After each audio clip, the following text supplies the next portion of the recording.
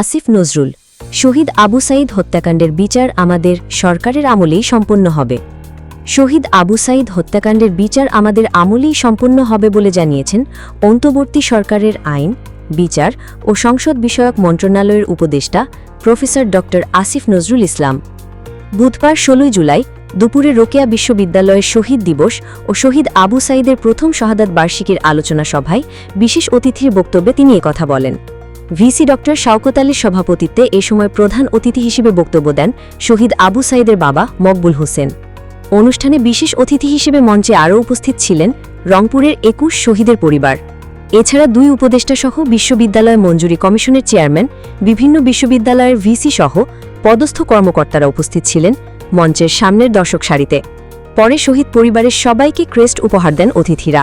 উন্মোচন করেন জুলাই স্মরণিকা। এর আগে শহীদ আবু সাঈদের বাবা মকবুল হোসেনকে সাথে নিয়ে ক্যাম্পাসের ১ নম্বর গেটের পাশে শহীদ আবু সাঈদ তোরণ ও জাদুঘর, স্ট্রিট স্ট্যাম্প, পার্কের মোড়ে শহীদ আবু সাঈদ স্মৃতিস্তম্ভের ফলক উন্মোচন করেন উপদেষ্টা সহ অতিথিরা। এর আগে ভিসির নেতৃত্বে একটি বিশাল শোক র্যালি ক্যাম্পাস থেকে বের হয়ে পার্কের মোড়, আবু সাঈদ চত্বর, মডার্ন মোড় হয়ে আবারও ক্যাম্পাসে এসে শেষ হয়। এতে সকল বিভাগের শিক্ষার্থী ও শিক্ষকরা ব্যানার নিয়ে অংশ নেন।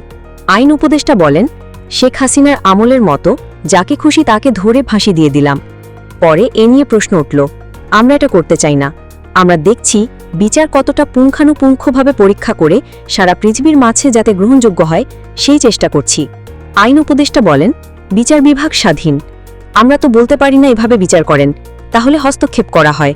সুতরাং আমরা খবর জানি, প্রসিকিউশনের সাথে অনেক সময় কথা হয়, আপডেট নেই। আমি নিশ্চিত, আমার দৃঢ় বিশ্বাস, আমাদের সরকার থাকার সময়ই আমরা আবু সাঈদ হত্যাকাণ্ডের বিচার আমরা করে যেতে পারব। আইন উপদেষ্টা বলেন, প্রথমবার আবু সাঈদ গুলি লাগার পর তার চেহারায় ফুটে উঠেছে বিস্ময়। এভাবে কেউ গুলি করে? তারপরে উনি সেখান থেকে সরেন নাই। তার চোখ মুখে রক্ত ঝরছে। এটা অনেক বড় আদর্শের বিষয়। এই সাহস, গণ আন্দোলনে বহু মানুষ বহুভাবে মারা যায়, কিন্তু এভাবে দাঁড়িয়ে হাত উঁচিয়ে বুক উঁচিয়ে প্রতিরোধের ভাষা নিয়ে একের পর এক গুলি বরণ করে নেয়ার ঘটনা বিরল। তাই আমি বলি, আবু সাঈদ হচ্ছে আমাদের জুলাইয়ের বীরশ্রেষ্ঠ। তার ভিডিও দেখার পর আমার মতো প্রায় ভীতু মানুষও ঘর থেকে বের হওয়ার সাহস পেয়েছে।